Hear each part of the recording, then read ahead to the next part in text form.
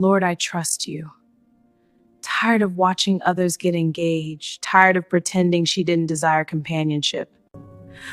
I delight in you, God, but when will it be my turn? Welcome to Inspirational Home, a safe space to remind you of your worth. Here we talk honestly about faith, confidence, and healthy choices. No shame, no pressure, just growth. So sit back, listen carefully, because this story might change the way you see love. Let me ask you something. Have you ever stayed in something that didn't feel right, just because you didn't want to be alone? Have you ever silenced your own voice just to keep someone from walking away? This is the story of a girl who almost did. Her name was Hephzibah, strong, faithful, confident. At least, that's what everyone thought. She was the one who encouraged others, the one who spoke about boundaries, the one who said, "Know your worth." But even the strongest girls can grow tired of waiting. Even the wisest hearts can be tempted by attention.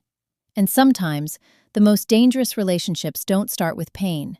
They start with sweetness, with compliments, with consistency, with the feeling of finally being chosen. But what happens when being chosen slowly costs you who you are? What happens when love begins to feel like pressure? Today, we are not just telling a story. We are confronting a truth. Because someone watching this might be shrinking in silence. Someone listening might already feel smaller than they used to be. And before this video ends, you may recognize yourself in her. This is not just about romance. It's about identity. It's about peace. It's about the moment a woman realizes she would rather lose a relationship than lose herself. This is the story of the girl who almost lost herself. Stay with me, because what she discovered might change the way you love forever. The room was quiet. Not the peaceful kind of quiet. The heavy kind. The kind that makes you hear your own heartbeat. Hephzibah sat at the edge of her bed, staring at her phone. The call had ended 5 minutes ago, but the words were still ringing in her ears. "You're too sensitive." She swallowed. Her chest felt tight. She whispered to herself, "If he loves me, why does this feel so wrong?" Because sometimes the most dangerous relationships are not loud. They are confusing. And confusion can keep you longer than abuse ever could. Everyone thought Hephzibah was strong. At church, she spoke boldly about self-respect. Don't let anyone reduce you. You always sound so sure, like you figured life out. If you know who you are in God, you won't let people treat you anyhow. Sisters, the service was so inspiring. Yes, let's go share the message. I agree, the whole village needs to hear. She believed that. She really did. But strength is easy when your heart is not involved. That night, alone in her room, strength felt different.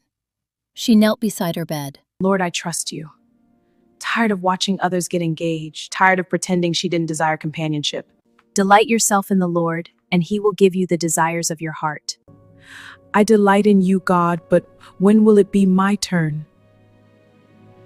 Loneliness does not always look dramatic. Sometimes it just looks like a strong girl crying quietly at night. 2 months later, Daniel appeared, confident, calm, attentive. The first time they talked, he looked at her in a way that made her feel seen. "You're not like other girls," he said. She raised an eyebrow. "What does that mean?"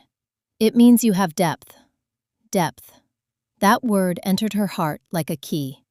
He called often, texted consistently. "Have you eaten? Are you resting? You deserve someone who understands you." And slowly, her guard lowered, because attention feels like safety. At first. The first red flag did not shout. It whispered. One afternoon at a cafe, he leaned closer than she was comfortable with. She gently moved back. I don't feel comfortable with that. You're too strict sometimes. That sentence followed her home. Was she too rigid? Too spiritual? Too serious? She told herself it was small. And that's how it starts. Safe journey. Weeks passed. He began to tease her faith. "You pray too much. You overthink everything. Relax." At first, she explained herself. Then, she softened her words. Then, she stopped bringing certain things up. One night, she stood in front of her mirror. She stared at her reflection. and something felt different. Why do I feel smaller? The question frightened her, because she knew the answer.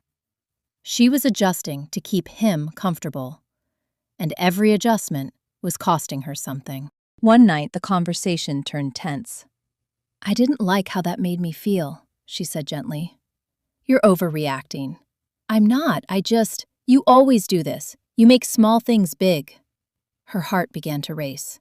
He continued, "If you keep acting like this, you'll push me away." Push him away? Fear entered. Fear of losing him. Fear of starting over. Fear of being alone again.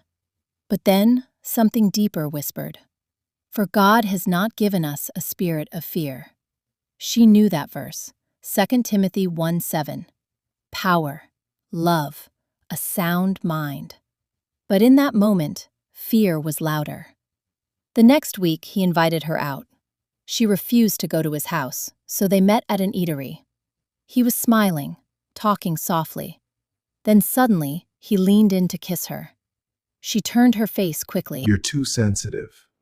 Daniel, I don't feel safe sharing my emotions with you. Safe. I'm not attacking you.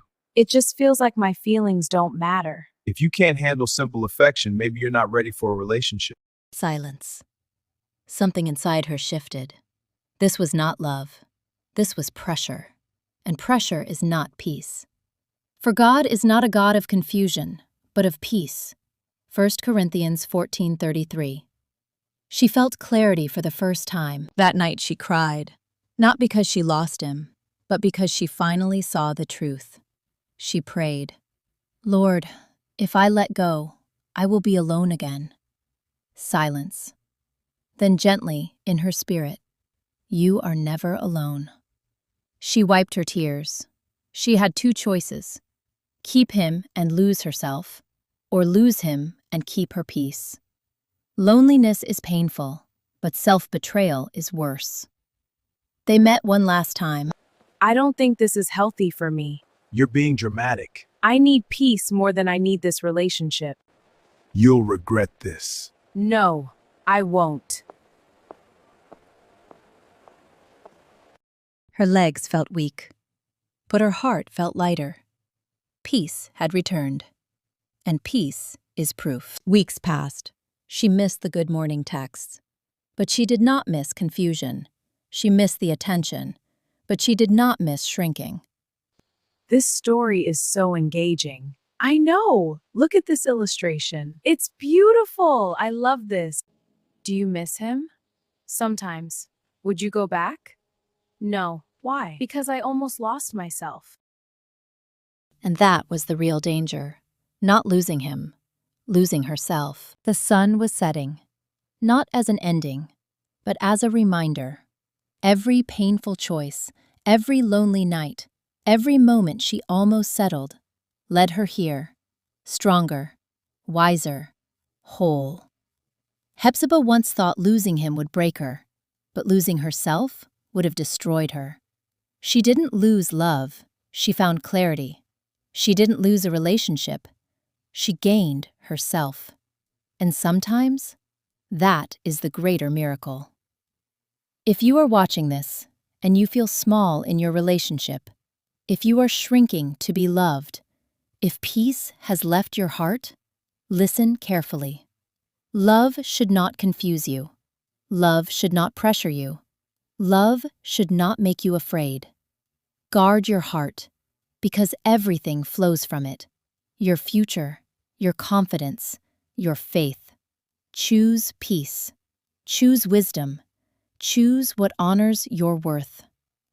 And if this story spoke to you, welcome home. This is Inspirational Home, where we grow in faith, confidence, and healthy choices. Subscribe, and let's keep choosing wisely, together.